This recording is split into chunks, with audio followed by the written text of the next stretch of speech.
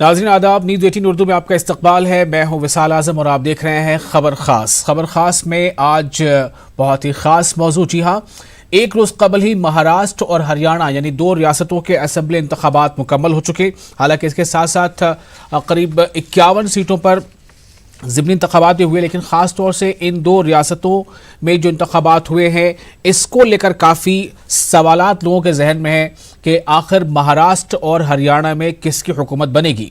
ये दोनों ऐसी रियासतें हैं जहां 2014 में यानी से पहले जब इंतखाबात हुए थे तो उस इंतखाब में कांग्रेस को इक़्तिदार से हटाकर बीजेपी ने कब्जा जमाया था।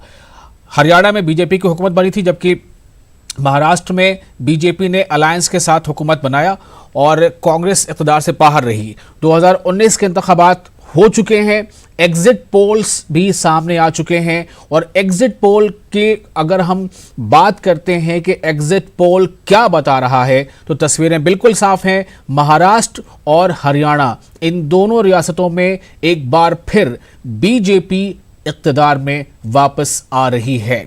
लेकिन एग्जिट पोल पर कितना भरोसा खुद बीजेपी या सेना के लोग कर रहे हैं या फिर जो अपोजिशन पार्टियां हैं वो एग्जिट पोल को लेकर क्या कह रही हैं। खुद न्यूज़ 18 ग्रुप जो है उसने भी एग्जिट पोल कराया है। सबसे पहले आपको बता दें कि उस एग्जिट पोल में जो न्यूज़ 18 और इप्सॉस के एग्जिट पोल हैं, महाराष्ट्र में एनडीए हुकूमत अक्सरियत के साथ बनती नजर आ रही है। हम सबसे पहले आपको ये दिखाना चाहेंगे कि महाराष्ट्र में एग्जिट पोल के नतीजे क्या हैं।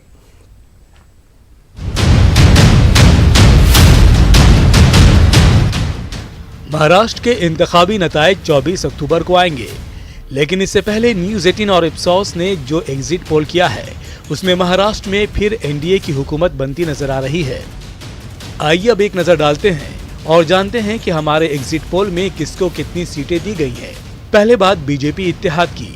न्यूज़ 18 और इप्सॉस ने अपने एग्जिट पोल में महाराष्ट्र की कुल 288 सीटों में से बीजेपी को 141 सीटें दी हैं, जबकि शिवसेना को 102 नशिस्तें मिलने का अंदाजा लगाया गया है। यानी महाराष्ट्र में 243 नशिस्तों के साथ बीजेपी इत्तेहाद की हुकूमत बनती नजर आ रही है।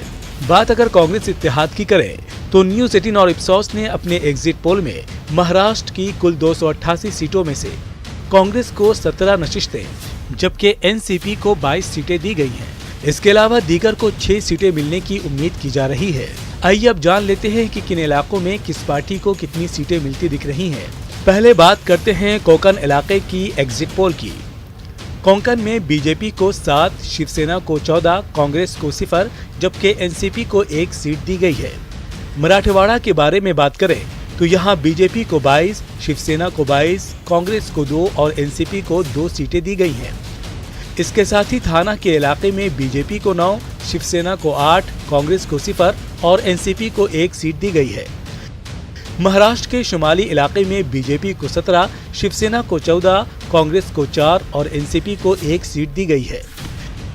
जबकि विदर्भ में बीजेपी को 43, शिवसेना को 12, कांग्रेस को 2 और एनसीपी को 2 सीट दी गई है। वहीं महाराष्ट्र के मगरबी खित्ते में बीजेपी को 26, शिवसेना को 16, कांग्रेस को 7 और एनसीपी को 15 सीटें दी गई हैं। जबकि वहीं मुंबई के इलाके में बीजेपी को 17, शिवसेना को 16, कांग्रेस को 2 और एनसीपी को 0 सीट दी गई है। बात वोट शेयर की करें तो कुल वोट में बीजेपी इत्तेहाद के लिए 52% वोट का अंदाजा लगाया गया है, जिसमें बीजेपी को 29% और शिवसेना को 23% वोट मिलते नजर आ रहे हैं। वहीं कांग्रेस को 15% और एनसीपी को 13% वोट मिलते नजर आ रहे हैं। इस एग्जिट पोल में वीआईपी सीट की बात करें तो देवेंद्र फडणवीस, आदित्य ठाकरे, छगन भुजबल इलेक्शन में जीतते हुए नजर आ रहे हैं, जबकि अशोक चौहान और पृथ्वी चौहान एग्जिट पोल के हिसाब से हारते हुए नजर आ रहे हैं। आपको बता दें कि न्यूज़ 18 और इप्सॉस ने इस एग्जिट पोल के लिए खुसूसी तरीके से एदाद-ओ-शुमार इकट्ठे किए हैं। गुज़िश्ता लोकसभा इंतखाबात के सर्वे की तरह ही इस बार भी हमारा दावा है कि इलेक्शन के नताइज हमारे एग्जिट पोल के करीब ही रहेंगे। Bureau report, news 18 Urdu. तो अब इस एग्जिट पोल को कितना सच माना जाए, कितना ना माना जाए, ये इस बात को लेकर जो हमारे नाजरीन हैं और साथ ही साथ जो सियासी जमातों के हिमायती हैं, लीडर्स हैं, वो इस बात को लेकर चर्चा कर रहे हैं। और इतना ही नहीं बल्कि इन एक जो न्यूज़ 18 और इप्सॉस का एग्जिट पोल है वो पिछली बार भी जब इंतखाबात हुए थे उसमें भी उसने अपनी सदाकत को बहुत करीब से उसमें वो सही साबित हुआ था। और अब हम ये बताना चाह रहे हैं कि जो पोल ऑफ पोल्स हैं उसमें भी ये बातें सामने यानी कि तमाम एग्जिट पोल्स को अगर मिला करके एक नतीजा निकाला जाए, एवरेज निकाला जाए, तो उससे भी ये बिल्कुल जाहिर हो रहा है कि महाराष्ट्र और हरियाणा में बीजेपी बरसर इक़्तिदार आ रही है। यानी महाराष्ट्र में बीजेपी और शिवसेना का जो अलायंस है जो महायुति के नाम से था, और हरियाणा में बीजेपी अकेले अपने दम पर इक़्तिदार में वापस आ रही है अच्छी खासी सीटों के साथ। 90 में से तकरीबन उसे 60 से ज़्यादा सीटें जा रही हैं बीजेपी को। हमारे साथ इस वक्त स्टूडियो में मुंबई से जुड़ रहे हैं आसिफ भामला जो तर्जुमान हैं बीजेपी के, और रेहान अंसारी जुड़ रहे हैं जो पॉलिटिकल एनालिस्ट हैं। आप दोनों का बहुत बहुत इस्तकबाल है। कुछ देर में हमारे साथ अरशद आज़मी भी जुड़ेंगे और साथ ही हमारे नुमाइंदे मोहिउद्दीन से भी हम बातचीत करेंगे। सबसे पहले आसिफ भामला साहब, मैं आपके पास आ रहा हूं कि न्यूज़ 18 नेटवर्क जो है उसने इप्सॉस के साथ जो आंकड़े दिए हैं एग्जिट पोल के नतीजे के तौर पर, वो अभी हमने उसे पूरी एक तफसीली रिपोर्ट दिखाई है। हम ये जानना चाहते हैं कि आप इस बारे में क्या कहेंगे, व्हाट्स योर रिएक्शन इस एग्जिट पोल को लेकर? देखिए, एग्जिट पोल तो अब आ रहे हैं, लेकिन मेरे अंदाजे से तो चुनाव का निकाल जो है वो तो लोकसभा के दौरान ही बाहर आ चुका था। ये तो औपचारिकता है, मैं समझता हूं। अगर आप गौर तलब करें तो चुनाव लोकसभा में 220 सीटों पर भारतीय जनता पार्टी शिवसेना जो महायुति है वो आघाड़ी पर थी। तो एक दिशा, एक ट्रेंड जो है वहीं सेट हो गया था, और उसके आधार पर ही जो है ये मौजूदा चुनाव के नतीजे आ रहे हैं। और मुझे लगता है उससे कुछ अलग, उससे कुछ बेहतर होंगे, क्योंकि लोकसभा से लेकर अब तक जो 6 महीने का जो वक्फा था उसमें भी मौजूदा साबित सरकार और हमारे लोकप्रिय मुख्यमंत्री देवेंद्र फडणवीस जी ने जो जो कमियां थी, जो खामियां थी, उसमें जो जो करेक्शन मुनासिब था उस कम अरसे में उन्होंने करने की कोशिश की। आपने देखा कितनी खूबसूरती से मराठा आरक्षण के विषय को उन्होंने अंजाम तक पहुंचाने की कोशिश की, और ये जानते हुए कि तमाम स्थिति परिस्थिति, चाहे वो डीमोनेटाइजेशन की हो या नोटबंदी हो या जीएसटी का इंप्लीमेंटेशन हो, उसमें कुछ कोताहियां, कुछ कमियां भी आई, और उसके बावजूद भी किस तरीके से जो है अपने विरोधक, मतलब आपका ये कहना है कि आप एग्जिट पोल के इन आंकड़ों से न सिर्फ ये कि आप राजी हैं, आप खुश हैं, बल्कि ये कि आपको लग रहा है कि इससे ज्यादा कामयाबी आपको मिलेगी। ठीक है, 24 अक्टूबर को हम इस पर मजीद बातचीत करेंगे। कहा कि एग्जिट पोल अभी आ रहे, हमने हमारा आकलन पहले कर दिया। ठीक है, बिल्कुल। मैं जरा रेहान अंसारी साहब से भी इस पर रिएक्शन लूंगा, सियासी तज्जिया निगार हैं। रेहान साहब, ये महाराष्ट्र और हरियाणा 2 रियासतों में इंतखाबात हुए हैं। एग्जिट पोल के आंकड़े आपने बेहतर देखे होंगे। इप्सॉस और न्यूज़ 18 ने जो एग्जिट पोल किया उसके आंकड़े हमने अभी आपको दिखाया। पोल्स ऑफ पोल जो है उसमें भी, पोल्स ऑफ पोल में महाराष्ट्र में बीजेपी और सेना को 211 सीटें मिल रही हैं। पोल्स ऑफ पोल में हरियाणा को बीजेपी को अकेले 66 सीटें मिलती नजर आ रही हैं। और इप्सॉस का जो न्यूज़ 18 इप्सॉस का जो आंकड़ा है वो तो स्क्रीन पर इस वक्त सामने है ही। मैं सबसे पहले आपसे जानना चाहता हूं कि आपका रिएक्शन क्या है, कितना क्लोज आप अपने अंदाजे से मानते हैं एग्जिट पोल के इन आंकड़ों को और 24 तारीख को आने वाले नतीजों से? अभी न्यूज़ 18 का पोल्स देखे तो 244 थे, और जो दूसरी पार्टीज़ है कांग्रेस, एनसीपी, जो दूसरी पार्टीज़ है वो तकरीबन 45 पे है, और अदर्स जो है 5 पे। दूसरी एक और पोल एजेंसी ने उस चीज़ को किया, उसमें भी तकरीबन आपका 230 के करीब रहा। जैसा न्यूज़ 18 का 244 है, 230 के करीब में रहा, फिर उनका भी एक 48-50 का रहा, और दूसरी अदर्स को उन्होंने 5 दिया।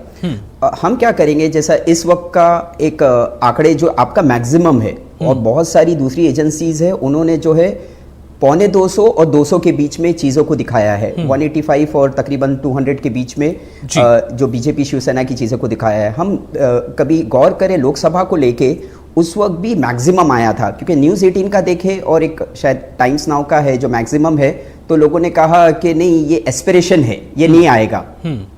लेकिन वो चीज को वैलिडेट किया गया। जी, ठीक है। कुछ तकनीकी कमी है। मोहिउद्दीन हमारे साथ जुड़े हुए हैं, हमारे नुमाइंदे, हम उनके पास भी जाएंगे। मोहिउद्दीन, ये जो आंकड़े आ रहे हैं, कुछ इन आंकड़ों के खिलाफ भी आवाजें उठ रही हैं। मजीद मेमन साहब ने स्टेटमेंट दिया है, उधर राशिद अलवी का बयान आ रहा है। क्या स्टेट के जो लीडर्स हैं वो इसको लेकर क्या बयान दे रहे हैं? बीजेपी के आसिफ भामला, उससे भी हमने बात की, उनका कहना है कि हम इन आंकड़ों को न सिर्फ सच मानते हैं बल्कि हम इससे भी ज्यादा कामयाबी 24 अक्टूबर को देखेंगे। मोहिउद्दीन जी देखिए, मैं आपको बता दूं, विशाल के ये जो आदाद-ओ-शुमार फिलहाल आए हैं, ये आदाद-ओ-शुमार जो है वो एक किस्म का जो रुझान है, ये असलियत नहीं है। असलियत जो है वो 24 तारीख को मालूम पड़ेगी। जो अपोजिशन है वो उनका ये कहना है कि जो बीजेपी को जो अक्सरियत बताई जा रही है वो बहुत ज़्यादा है और मीडिया पे इल्ज़ाम लगाया जा रहा है। लेकिन एक बात मैं यहाँ पे कहना चाहूँगा, परवीन शाकिर का शेर मुझे याद आ रहा है कि कैसे कह दूं कि मुझे छोड़ दिया है उसने। बात तो सच है मगर बात है रुसवाई की। जी, महाराष्ट्र के वोटरों ने जो है वो कांग्रेस एनसीपी को छोड़ दिया है और ये उनके लिए बात जो है वो बाइस रुसवाई है और इस रुसवाई को जो है उन्हें झेलना पड़ेगा।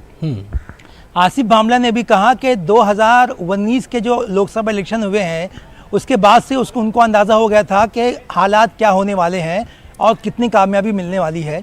लेकिन सवाल उठता है कांग्रेस एनसीपी की लीडरशिप पर, जिन्होंने जो है वो इस बड़े तलातुम को देखने के बावजूद भी जो है वो कुछ रास्ता नहीं अपनाया, अपने आप में सुधार नहीं किया। बहुत ही बड़ा चांस था कांग्रेस एनसीपी को महाराष्ट्र में कि लोकसभा इंतखाब के बाद जो है वो अपने अंदर सुधार करते, अपनी खामियों को, गलतियों को जो है वो निकालते और फिर से एक टीम की शक्ल में सामने आते। लेकिन हमने देखा कि कांग्रेस जो है वो इस इलेक्शन में बेबस नज़र आई। इनके लीडरान जो है वो खुद निकल नहीं पाए प्रचार के लिए। इसका मतलब ये है कि कांग्रेस ने जो है वो इलेक्शन से पहले ही हथियार डाल दिए थे। दूसरी बात मैं कहना चाहूँगा विशाल के इंडिया के मशहूर सेफोलॉजिस्ट है योगेंद्र यादव जी, उन्होंने एक इंटरव्यू दिया है, उसमें कहा है कि बीजेपी का सबसे बड़ा कारनामा ये है कि बीजेपी ने जो है वो इकोनॉमिक को जो है वो पॉलिटिक्स से अलग कर दिया है। मतलब हमेशा होता ये था कि इकोनॉमिकल कंडीशन जो भी होती थी उसका असर पॉलिटिक्स में पड़ता था। लेकिन आपने देखा कि इस मुल्क के जो माशी हालात है वो बहुत ही बदतर हैं। इसके बावजूद भी उन माशी हालात का असर जो है वो इलेक्शन पे नहीं पड़ता हुआ दिखाई दे रहा है। ये ठीक है, इकोनॉमी को पॉलिटिक्स से अलग कर दिया है, बीजेपी की ये कामयाबी है, ये भी बात एक सामने आ रही है। मोहद्दीन, आप हमारे साथ बने रहें। अरशद आजमी हमारे साथ जुड़ चुके हैं, सेक्रेटरी हैं मुंबई कांग्रेस के। अरशद, एग्जिट पोल के आंकड़े पता नहीं आप अभी देख पाए कि नहीं, हमने न्यूज़ 18 और इप्सॉस का जो आंकड़ा है एग्जिट पोल का वो सामने रखा और साथ ही साथ जो पोल्स ऑफ पोल है, अब यानी पोल ऑफ पोल्स जो है उसमें भी ये बात सामने आ रही है कि महाराष्ट्र और हरियाणा दोनों जगहों पर बीजेपी और महाराष्ट्र में खुद बीजेपी अलायंस के साथ जो इख्तियार वापस आ रही है। इल्जाम सीधा ये लग रहा है कि कांग्रेस ने फाइट से पहले ही मैदान छोड़ दिया था। क्या कहना है आपका? नहीं, इसमें फाइट से पहले मैदान, हेलो जी अरशद, आपको आवाज मिल रही है हमारी? देखिए, जो एग्जिट पोल है वो तो, हाँ, एग्जिट पोल का जो सर्वे आप बता रहे हैं, तो कितनी सीटें बता रहे हैं आप एग्जिट पोल में? एग्जिट पोल जो न्यूज़ 18 का है उसके मुताबिक 288 में से बीजेपी को 141 सीटों पर कामयाबी मिल रही है और सेना को 102 सीटों पर कामयाबी मिल रही है, कांग्रेस को 17 और एनसीपी को 22। जी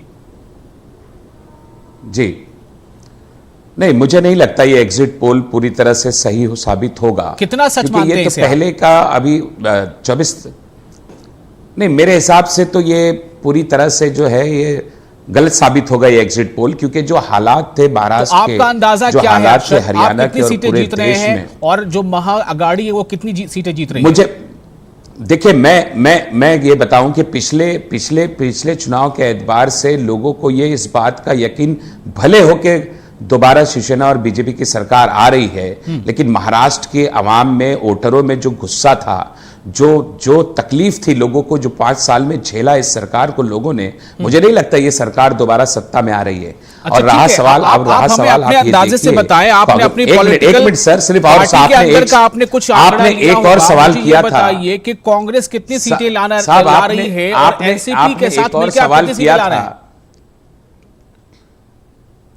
नहीं, ये तो देखिए पहले से ये बोल देना कि इतनी सीटें आ रही है, मेरे हिसाब से ये अपमान होगा उन वोटर्स का। या तो आप अपनी बात करिए या दूसरे को सच मानिए, बैलेट पे एक या सच के करीब मानिए। नहीं, सच मानने की कौन सी बात है? क्या ये बात महाराष्ट्र के लोग भूल जाएंगे कि 45 लाख किसानों के कर्ज माफ नहीं हुए, जो बीजेपी और शिवसेना का वादा था? क्या लोग ये बात भूल जाएंगे कि 14,000 किसानों ने इसी महाराष्ट्र में खुदकुशी कर ली, जो बीजेपी का वादा था कि उन्हें मिनिमम सपोर्ट प्राइस दिया जाएगा? क्या लोग इस बात को भूल जाएंगे कि भ्रष्टाचार के मुद्दे पे, सुनिए सर, क्या इस बात को लोग भूल जाएंगे कि भ्रष्टाचार के मुद्दे पे जो सरकार सत्ता में आई थी, पूरा 5 साल उसके मंत्री, उसके मुख्यमंत्री सिर्फ और सिर्फ भ्रष्टाचार करते रहे? क्या आपको लगता है कि लोग इन बातों को भूल जाएंगे? अगर लोग भूल जाएंगे तो फिर ये बदकिस्मती होगी इस महाराष्ट्र की और इस देश की भी, क्योंकि आज आप देखिए एक आम आदमी किस तरह से जिंदगी गुजार रहा है। जो मुद्दे गिना रहे हैं, क्या इन्होंने बड़ी बड़ी रैलियां करके या कांग्रेस एनसीपी के लोगों ने खूब ज्यादा प्रचार किया था? इनका जवाब दीजिए। इन्होंने कैसा है, 5 साल के हम शिवसेना बीजेपी को बोल रहे हैं कि उन्होंने ये नहीं किया। 10 साल की हुकूमत महाराष्ट्र में जो है कांग्रेस और एनसीपी की भी थी। अब कभी हम बंबई शहर के एतबार से देखें तो वोटिंग परसेंटेज माइनॉरिटीज एरिया में बहुत गिर गया। क्यों गिर गया? कि जो 10 साल में जो डेवलपमेंट होना था वो माइनॉरिटीज एरियाज के जो है डेवलपमेंट नहीं हो सके जी। इसके लिए कभी डिफरेंस देखेंगे, शिवसेना बीजेपी का वो यूनाइटेड रहा और जो ऑपोजिशन का रहा, कुछ हद तक हमको वो ऑपोजिशन इतनी स्ट्रॉन्ग ऑपोजिशन नहीं दिखी। कैंडिडेट्स के एतबार से उन्होंने उनको रीनॉमिनेट किया, सही कैंडिडेट नहीं मिले। बास इलाकों में मल्टीपल कैंडिडेट्स थे, जो सेक्युलर कैंडिडेट्स बोले जाते हैं, मल्टीपल कैंडिडेट्स थे।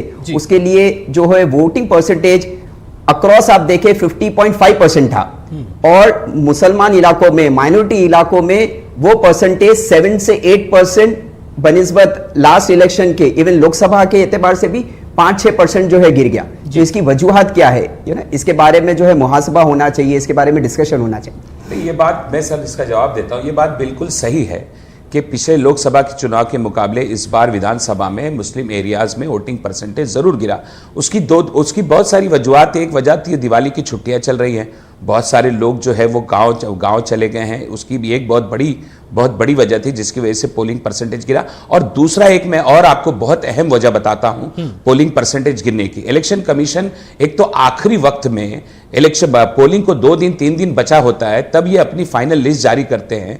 उसके बाद अलग अलग नामों में गलती, एड्रेस में गलती, और अपना ये पहले यादी में बिल्डिंगें और इलाके किसी और जगह आते थे, इस बार वो दूसरी बुक में आ गए हैं। इससे जो लोग वोटर स्लिप बांटते हैं उनको तकलीफ होती है और मैक्सिमम ज्यादा से ज्यादा वोटर स्लिप इन इलाकों में नहीं बढ़ पाती है। इसका खामियाजा अरशद, इसका खामियाजा सिर्फ कांग्रेस या एनसीपी के वोटर को क्यों भुगतना पड़ता है, दूसरों क्यों नहीं? आपके जवाब तो ये साबित जाहिर हो रहा है। नहीं, इसका देखिए सर, इसका खमियाजा कांग्रेस और बीजेपी के वोटरों को इसलिए भी भुगतना पड़ता है। एक तो ये बार बार कहा गया कि इलेक्शन कमीशन में हर जबान के लोगों को रखा जाए, हर जबान के लोग जो उसको तलफ्फुज के एतबार से वो नाम को समझ पाए।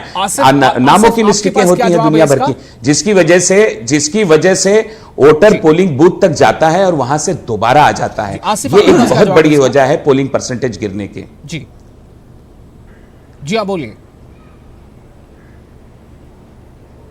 जी मैं हेलो जी आसिफ बामला साहब बोलिए। हेलो बोलिए। जी जी जी जी जी जी मैं हैरान हूँ आज़मी जी की बातें सुनकर कि इन्हें शायद पता ही नहीं कि जो डिटेलिंग है गैजेट में, पहले उन्हें वो समझकर चैनल पर आना चाहिए। अगर ये नहीं जानते हैं कि ग्रामीण भाग में जो है महायुति और आदरणीय देवेंद्र फडणवीस जी ने क्या क्या काम किया, इन्हें पहले जानकारी लेकर चैनल पर आना चाहिए। फसल बीमा योजना में जो फायदे किसानों को हुए हैं, प्रधानमंत्री किसान सम्मान जो योजना थी उसमें 6,000 रुपये मदद किसानों को दी गई। किसान का कर्ज माफी 44 लाख किसानों में 19,000 करोड़ रुपए बांटे गए। केंद्र सरकार की निधि की विविध योजनाओं में को महाराष्ट्र में लागू करने के लिए अर्थव्यवस्था में 16 लाख करोड़ से 26 लाख करोड़ की बढ़त की गई। और ये तमाम काम करने के बाद ये पूछ रहे हैं, मैं पूछना चाहता हूं कि आज जो है पूरे चुनाव में आपने देखा होगा कांग्रेस ने हार पहले ही मान ली थी, उनके कोई नेता ही मैदान में दिखते नजर नहीं आए। जब आपका अपना मनोबल कम है, आपके खुद के बड़े नेता, जब आपके विरोधी पक्ष नेता जिसको आपने इतना मान सम्मान सब कुछ दिया था वही स्वयं जो है मैदान छोड़कर भाग गए थे, तो इसका मतलब क्या है? कहीं नेता और नेतृत्व की कमी है। और जनता को तो छोड़िए, ये सवाल मैंने अरशद से पहले कर लिया। अरशद इस बात को मानने से इनकार कर रहे हैं कि कांग्रेस ने जो है चुनाव से पहले हार मान ली थी। मैं रेहान आपके पास आ रहा हूं, रेहान आपके पास आ रहा हूं, मुझे पूरा कहने दीजिए। कुछ बातें हो, मैं ये कह रहा हूं कि ये जो आपने बात कर लिया है कांग्रेस, मेरा सवाल ये है कि वोटर जो है वो क्या आप जैसा कह रहे हैं कि जो सेक्युलर का मल्टीपल वोट हो गया या वोटर हो गया, ये क्यों ऐसा हुआ? जी जी कैसा है नहीं, कोई उम्मीद की किरण ही नहीं दिख रही है उन्हें। यूनिटी हो रही है उनके बड़े नेताओं बीजेपी को। शिवसेना की तरफ जो है वोट्स की जो है यूनिटी हो रही है। वहां पे 3 मुद्दे पे बातें हो रही है। वहां पे बातें हो रही है एनआरसी को लेके, वहां पे बातें हो रही है आर्टिकल 370 को लेके, वहां पे बातें हो रही है दूसरी चीजों को लेके, जिससे जो है माइनॉरिटी डिस्टर्ब है। अब माइनॉरिटी एक जगह पे डिस्टर्ब है और मायूस भी है, और ये मायूसी के साथ जो उनको जो बोनस मिला है वो डिवीजन का मिला है। एक जगह पे वोट जो है शिवसेना बीजेपी के जो है एकत्र हो रहे हैं, यूनाइट हो रहे हैं, और दूसरी जगह पे जो सेक्युलर पार्टीज है जो अभी वक्ती तौर पे महाराष्ट्र स्टेट के अंदर ऑपोजिशन है, इन लोगों ने क्या किया कि जो इनके बहुत से सिटिंग एमएलएस थे उनको जो 5 साल 10 साल से ऑलरेडी इलेक्ट हो रहे थे उनको रिपीट किया, जिनसे लोगों को बहुत परेशानियां थी। एक आम आदमी की बात, एक जमीन पे खड़े रहने एक आम आदमी की बात, सुबह में उठता है, दोपहर पे काम पे जाता है, खाना खाता है, बाल बच्चों के साथ रहता है, उनसे पूछते हैं कि वोट आप किसको वोट देंगे और क्यों वोट देंगे, तो वो इसीलिए वोट नहीं दे पाता है अपने कैंडिडेट को कि एक कि कैंडिडेट सही नहीं है, दूसरा ये कि जो 10 साल पहले उसकी जिंदगी थी अभी भी वैसी जिंदगी है। तो वो इतना मायूस हो चुका है कि उसको एक तो सही कैंडिडेट नहीं है और 50% रेहान का आप ये मानते हैं कि अघाड़ी और एमआईएम का अलायंस नहीं हो पाना भी जो अपोजिशन का वोट है उसको बिखेर देता है?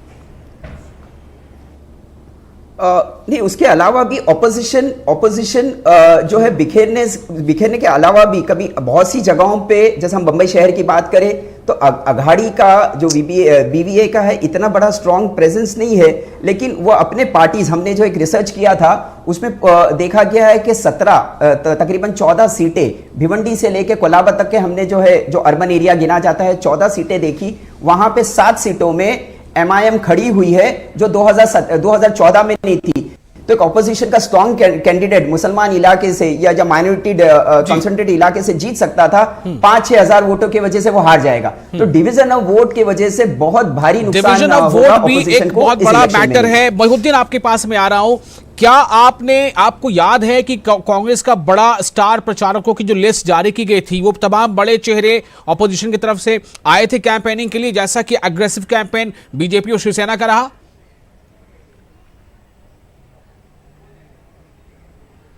अच्छा देखिए, मैं आपको बताऊं कि मतलब जो स्टार प्रचारक के जो फहरिस्त जारी की गई थी कांग्रेस की जानिब से, उनके जो नेता हैं वो तो आए थे, लेकिन वो उनका आना जो है बराए नाम था, क्योंकि अगर आप जो है वो ज़मीनी सतह पर काम नहीं करोगे तो जो है वो उनका आना कोई मतलब नहीं रखता। पहली बात मैं आपको बताना चाहूँगा कि कांग्रेस का मामला ये रहा है कि अभी जो है वो आसिफ भामला साहब ने कहा कि फडणवीस गवर्नमेंट ने बहुत अच्छा काम किया है और फडणवीस गवर्नमेंट ने जो है वो बीमा फसल योजना दी है, लेकिन सवाल ये होता है कि इसके बावजूद भी जो है वो किसानों की खुदकुशी रुक क्यों नहीं पाई है। अगर इतनी अच्छी स्कीम है किसानों की तो आसिफ भामला साहब से सवाल है कि किसानों की खुदकुशी जो है वो उसका ग्राफ महाराष्ट्र में बढ़ा क्यों। दूसरी बात यह है कि महाराष्ट्र में हालात दगरगू हैं। कांग्रेस के प्रवक्ता कह रहे थे कि महाराष्ट्र में हालात खराब है, एंटी कैंपेंसी क्यों नहीं हो पाई जबकि रोजगार नहीं है, बेरोजगारी है, है, सूखा पड़ा हुआ है, किसानों की खुदकुशी है, तो इन सब चीज़ों को जो है वो कांग्रेस एंटी कैंपेन्सी में बदलने में कामयाब क्यों नहीं हो पाई? बिल्कुल, शायद कांग्रेस ये का एक तो बहुत मामला बड़ी ये है कमी कि है कोई जो उम्मीद अलग अलग नहीं सियासी आती, तज्जानिगार भी कोई मानते सूरत हैं नजर कि नहीं आती। अपोजिशन के पहले पास आती मुद्दे थी, हर थे, लेकिन मुद्दों को लेकर आवाम के बीच पहुंचने में शायद एक झिझक रही थी। बहरहाल 24 अक्टूबर को नतीजे सामने आएंगे, एग्जिट पोल के आंकड़े सच साबित होंगे या अपोजिशन का जो कहना है कि एग्जिट पोल से अलग नतीजे आएंगे, देखना बेहतर होगा। आदाब।